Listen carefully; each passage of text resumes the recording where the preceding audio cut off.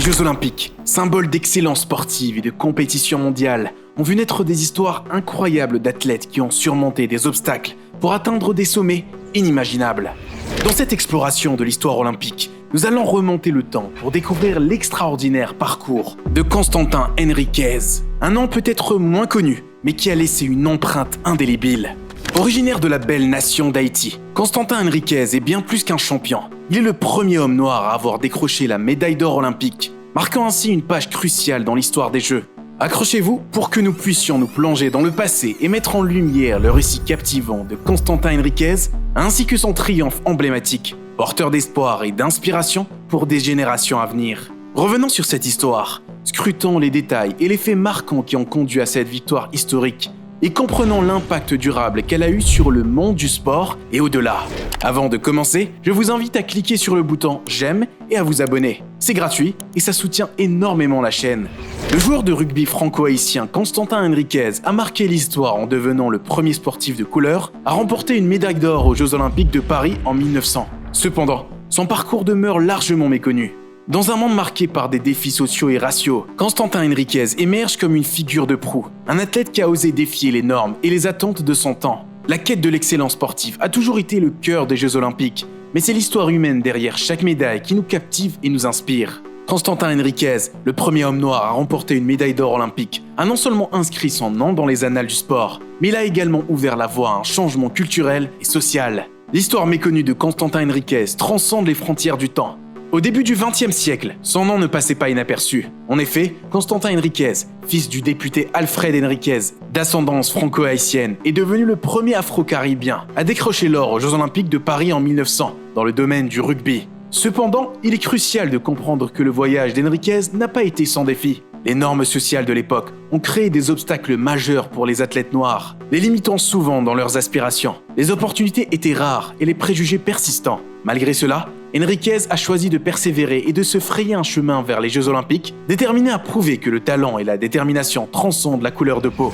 Bien que sa date de naissance précise demeure inconnue, on estime qu'il est né vers 1876-1877 à Port-de-Paix, en Haïti, d'après son petit-fils Lionel Henriquez, décédé en avril 2020. Constantin Henriquez fut envoyé en France en 1893 afin de poursuivre ses études en médecine à l'école Albert-le-Grand d'Arcueil, à plus de 7300 km de chez lui. C'est là que Constantin Henriquez fit la découverte du rugby. À cette époque, Constantin est déjà un sportif accompli. Il se distingue notamment en athlétisme où il décroche un titre universitaire en saut à la perche après un saut à 2,60 mètres. Dans le rugby, le jeune haïtien s'épanouit et trouve concentré en un seul sport tout ce qu'il recherche: la course, les défis physiques, la stratégie et la camaraderie. Il se professionnalise assez vite et, comme beaucoup de joueurs à cette époque, il est polyvalent. Il pouvait aussi bien évoluer à l'aile qu'au centre ou en troisième ligne. Il est vice-champion de France en 1895 avec l'Olympique. Éphémère club parisien, 1895-1902, avant que celui-ci fusionne avec le Racing Club de France, dont les couleurs ciel et blanc sont les mêmes. Mais Constantin est surtout subjugué par les Jeux Olympiques qui, en 1896, ont eu lieu à Athènes dans une version moderne, sous la férule de Pierre de Coubertin.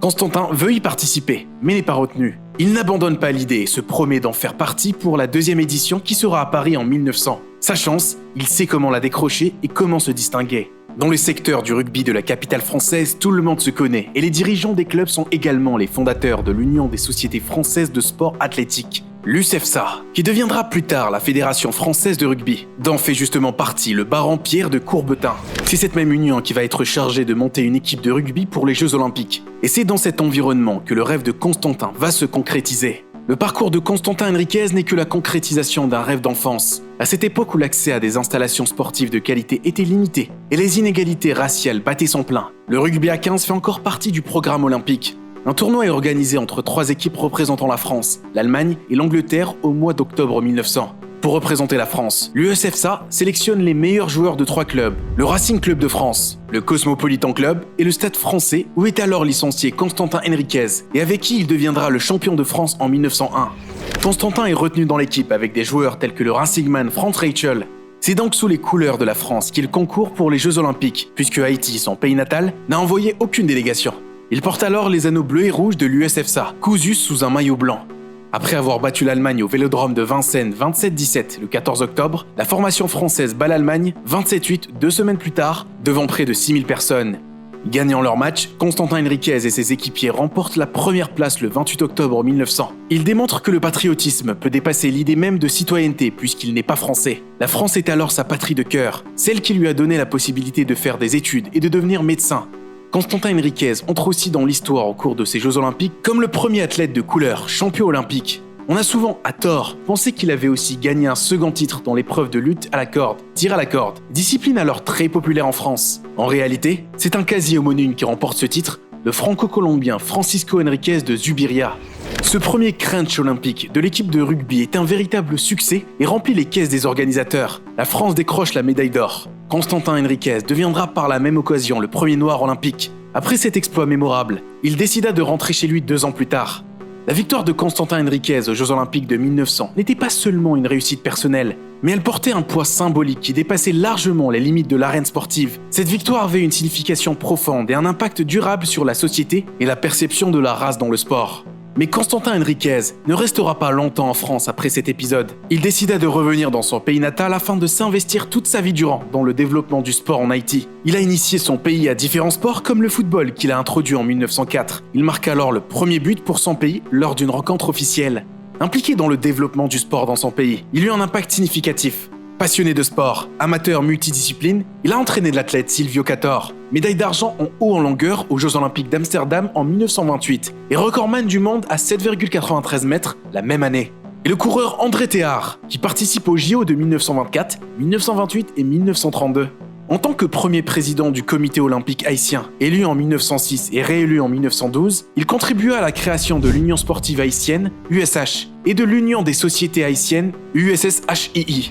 En 1950, il fut sénateur. Après une vie consacrée à la médecine et au sport, Constantin Henriquez s'éteignit en 1942 à Haïti, laissant derrière lui un héritage qui va bien au-delà de ses exploits olympiques. Merci d'avoir suivi la vidéo jusque-là. Nous allons à présent aborder la dernière partie de cette vidéo pour comprendre l'impact et la signification de la victoire de Constantin aux Jeux Olympiques. L'héritage de Constantin Henriquez, bien concret dans le passé, brille toujours comme une étoile lumineuse qui guide les générations actuelles et futures vers un avenir de diversité, d'égalité et de réussite.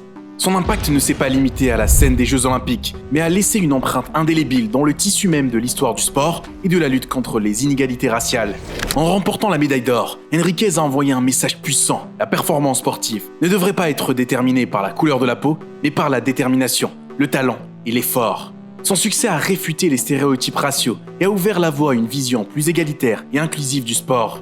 De même, sa victoire a brisé les barrières qui semblaient insurmontables et a éclairé un chemin pour les générations futures. Au-delà des terrains de sport, le nom de Constantin Henriquez est devenu un symbole d'espoir et de résistance.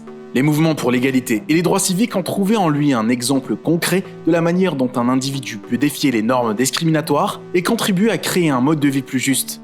Par la même occasion, l'héritage de Henriquez perdure dans les histoires racontées aux jeunes athlètes et aux futurs leaders. Son courage continue de guider ceux qui aspirent à repousser les limites et à surmonter les obstacles. Les leçons tirées de son histoire continuent d'inspirer les générations à poursuivre des rêves audacieux, à briser les barrières et à travailler ensemble pour un monde où la race ne détermine pas les opportunités. Alors que nous honorons l'héritage de Constantin Henriquez, nous sommes appelés à reconnaître que les actes individuels peuvent avoir un impact qui transcende le temps. Sa victoire a changé le cours de l'histoire, non seulement pour lui-même, mais pour tous ceux qui suivraient ses traces. En gardant à l'esprit les leçons de courage et de détermination qu'il nous a laissées, nous pouvons nous inspirer à travailler pour un avenir où chaque individu a la possibilité de réaliser son potentiel, peu importe sa couleur de peau ou son origine. L'histoire de Constantin Henriquez, le premier homme noir à remporter une médaille d'or olympique, se termine non pas comme un point final, mais comme une virgule qui continue d'inspirer et de motiver. Son voyage, façonné par la détermination, le talent et le courage, est une preuve vivante que le sport peut transcender les barrières et créer un changement durable. Alors que nous fermons ce chapitre, gardons à l'esprit que les Jeux Olympiques ne sont pas seulement une vitrine de compétition, mais aussi une toile sur laquelle sont peintes les histoires d'individus exceptionnels. Constantin Henriquez restera à jamais gravé dans cette toile, un symbole de ce que nous pouvons accomplir lorsque nous nous élevons au-dessus des contraintes imposées par la société. J'espère que cette vidéo vous aura plu. N'hésitez pas donc à la partager avec vos amis, votre famille et vos collègues. Car l'histoire de Henriquez mérite d'être entendue et comprise. Son exemple peut servir de rappel constant que chaque étape, chaque victoire, même modeste, contribue à façonner le monde que nous laissons derrière nous. N'oubliez pas de vous abonner à notre chaîne pour découvrir d'autres histoires inspirantes du passé et du présent. Des histoires qui nous rappellent que chaque individu a le pouvoir de créer un changement positif. Aussi, n'hésitez pas à partager vos propres réflexions dans les commentaires. Quelle partie de l'histoire de Constantin Henriquez vous a touché? Comment pensez-vous que nous pouvons nous inspirer de son héritage dans nos propres vies? À bientôt et portez-vous bien.